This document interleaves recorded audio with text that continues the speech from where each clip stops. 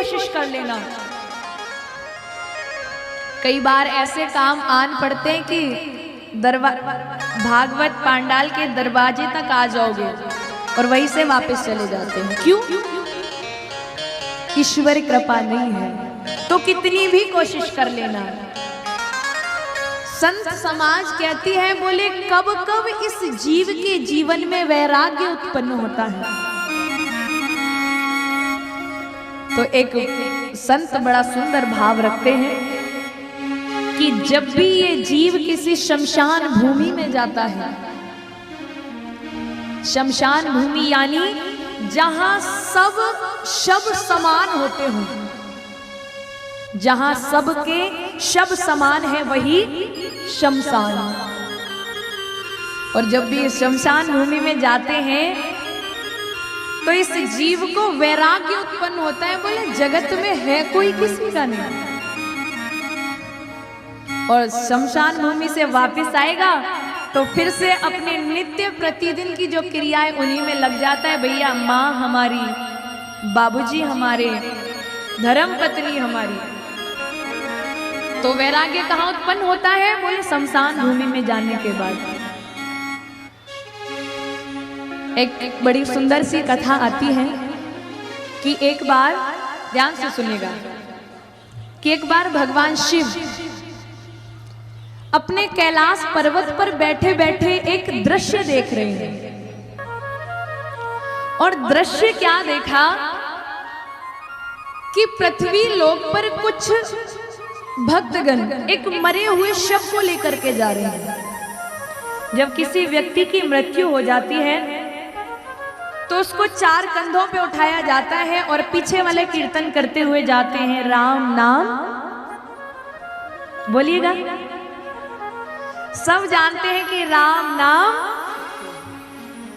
अब पीछे वाले कीर्तन कर रहे हैं, राम नाम सत्य है, सत्य बोलो मुक्ति है। तो भगवान शिव तो राम जी के भक्त हैं, तो बोले अरे वाह, बोले कितना अद्भुत कीर्तन हो रहा है, राम जी का नाम तो है ही सत्य। तो भगवान शिव अपने कैलाश पर्वत से आए और उनके पीछे पीछे चलने लगे। किसके पीछे? जो कीर्तन कर रहे हैं, राम नाम सत्य है। अब देखो, सब जानते हैं कि राम जी का नाम है ही सत्य, लेकिन यही लाइन आप किसी विवाह में जाके बोल दो तो क्या होगा? तो बहुत मार पड़ेगी। तो भगवान शिव पीछे पीछे गाते जा रहे हैं, राम नाम सत्य है, राम नाम सत्य है। सभी कहां पहुंच गए? शमशान भूमि में। अब चिता तैयार की और उस मृत्यु हुए शव को उस चिता पे रख दिया। कुछ देर वहां विराजमान हुए सभी लोग। तो भगवान शिव भी बैठे हुए थे। तो कहते हैं कि अगर व्यक्ति अच्छा होगा तो लोग कहेंगे भाई बहुत अच्छा इंसान था, बड़ा बुरा हुआ जो इस जगत को छोड़ के चला गया। और वहीं अगर जीवन में बुरे कार्य किए होंगे तो वही मंडली कीर्तन करते, भैया बड़ा बुरा आदमी था, अच्छा हुआ जो वो तो भगवान ने थोड़ी देरी कर दी, ऐसे इंसान को तो और पहले बुला लेना चाहिए, कहते हैं कि नहीं? तो भगवान शिव देख रहे हैं सारा भाव। वहां कुछ देर सभी लोग बैठ गए और उसके बाद अग्नि दे दी और वहां से एक एक करके वापस आ गया। भगवान शिव ने देखा कि जब ये शमशान भूमि की तरफ आ रहे हैं तो बड़े भाव के साथ गा रहे हैं, राम नाम सत्य है, और वापस जा रहे हैं तो मौन रख रखा है। तो एक संत का भाव है कि भगवान शिव ने जब ऐसा देखा तो उसी क्षण भगवान शिव ने वो राख अपने शरीर से लपेट, वो भस्म को अपने शरीर से लगाया और भगवान शिव शमशान भूमि में वास करने लगे। यानी जीवन की सच्चाई मृत्यु है। हम सभी जानते हैं कि जगत के अंदर जो आया है उसे एक ना एक दिन ये संसार को छोड़ करके जाना पड़ेगा। इसीलिए आपके जीवन में एक भी क्षण ऐसा ना हो जो बिना हरि के नाम के निकल जाए। संत भाव रखते हैं, ब्रज के रसिक गाते हैं, ब्रज के संत गाते हैं। सो दिन दुर्दिन नाही, मेघ नभ में बहरावे, अदिन इंद्र उपल बरसा कर जगत गिरावे। कि सो दिन दुर्दिन नाही, पेट को अन्न न पावे, और प्रेम संबंधी जीवन में जो बिछुड़त जावे। कि दुर्दिन नहीं विनीत कोई, जेती विपत बखानिए, श्रवण परे ना हरि कथा, सो दिन दुर्दिन जानिए। बोले व्यक्ति के जीवन में जिस दिन इंद्र बारिश ना करे वो दिन भी बुरा दिन नहीं है। जिस दिन आपको अन्न ग्रहण करने के लिए ना मिले वो भी दिन बुरा दिन नहीं है। कोई आपका सबसे घनिष्ठ मित्र आपके से बिछुड़ के चला जाए वो भी दिन बुरा दिन नहीं है। सबसे बुरा दिन व्यक्ति के जीवन में कौन सा है? बोले जिस दिन हरि कथा कानों में श्रवण करने के लिए ना मिले, व्यक्ति के जीवन का सबसे बुरा दिन वही है। बोलिए श्री वृंदावन बिहारी लाल की जय। अगर कथा श्रवण करने ना आ सको किसी कारणवश, अगर कथा में ना आ पाए तो आप अपने घर में ही भागवत जी को विराजमान कर लीजिए और नित्य प्रतिदिन भागवत जी का पाठ करिए।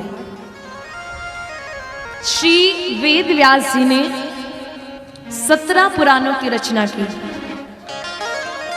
यानी श्रीमद् भागवत महापुराण की रचना करने से पहले 17 पुराण रचे।